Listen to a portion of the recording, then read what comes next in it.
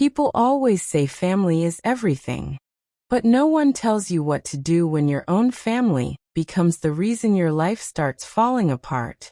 I grew up in a house where silence was rewarded and honesty was punished. My parents believed in one rule above all others: protect the family name, no matter the cost. Even if the cost was me.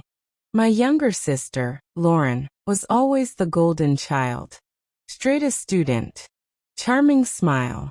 The kind of girl teachers trusted instantly and neighbors bragged about. I was the opposite in their eyes. Too quiet. Too observant. Too questioning. The night everything changed started like any other family dinner. My father talked about work. My mother complained about neighbors. Lauren laughed and scrolled through her phone like the world adored her. I didn't know yet that by the end of that week, I would be standing in a courtroom while my own parents stared at me like I was their enemy. Before I continue, take a second to subscribe to this channel and like this video. Stories like this deserve to be heard, and your support keeps them alive. It started with a knock on my apartment door at 2:14 a.m. I still remember the time because my phone lit up when I checked it, my heart already racing before I even opened the door. A young woman stood there, her face swollen, mascara streaked down her cheeks. She looked terrified. She said my sister's name. I asked her how she knew where I lived. She said Lauren gave her my address in case something happened. That was the first moment my stomach dropped. Her name was Megan. She was shaking so badly I had to guide her inside and sit her down. She told me everything in broken sentences between sobs. Lauren had been running an online charity fundraiser. Donations for sick children. Thousands of dollars raised. None of it went to charity. Megan worked part-time with Lauren. When she questioned where the money was going, Lauren threatened her. Told her she'd ruin her life if she spoke up. That night, Megan found documents. Fake receipts. Fake medical cases. Everything was a lie. When Megan confronted her, Lauren shoved her into a wall and told her she was nothing. That no one would believe her. Megan believed me though. Or maybe she was just desperate. I told her we needed to go to the police. She begged me not to. Said my parents would destroy her. Said Lauren always got away with everything. I promised her one thing.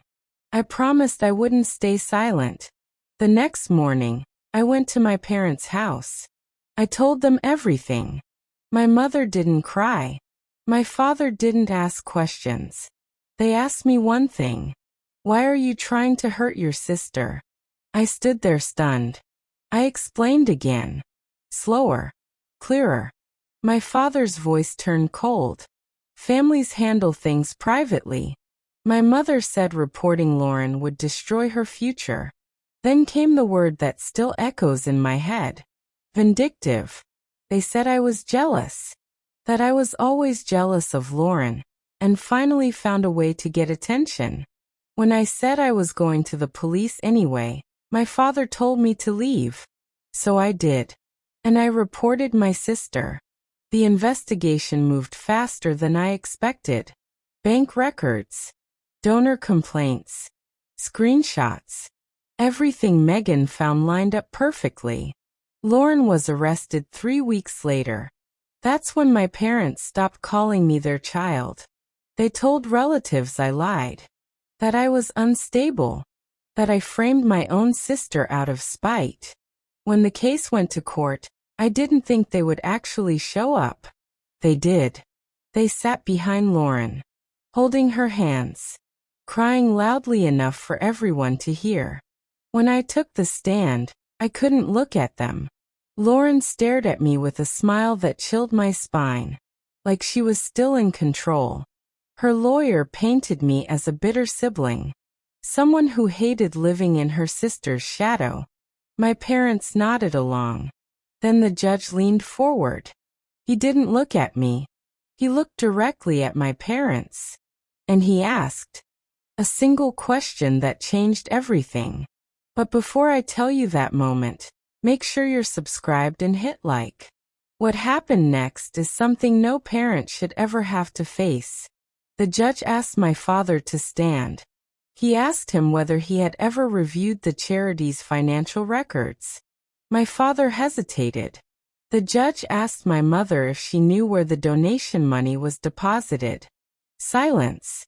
The judge then turned to the prosecutor and asked for the bank statements to be displayed. Every transaction appeared on the screen, including one detail no one in my family expected to be public. Large transfers to my parents' joint account. My mother gasped.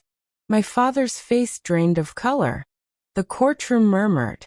The judge didn't raise his voice. He simply asked my parents how long they had been benefiting from the fraud. That was the moment their accusations collapsed. Lauren screamed that she was protecting the family. My mother started crying for real this time. My father sat down slowly, defeated. The judge's next words were calm but devastating. This court will not tolerate parents using their child as a shield. The room fell silent. I had been called vindictive, cruel, heartless. But the truth had been hiding in plain sight. And for the first time in my life, someone with authority finally saw it.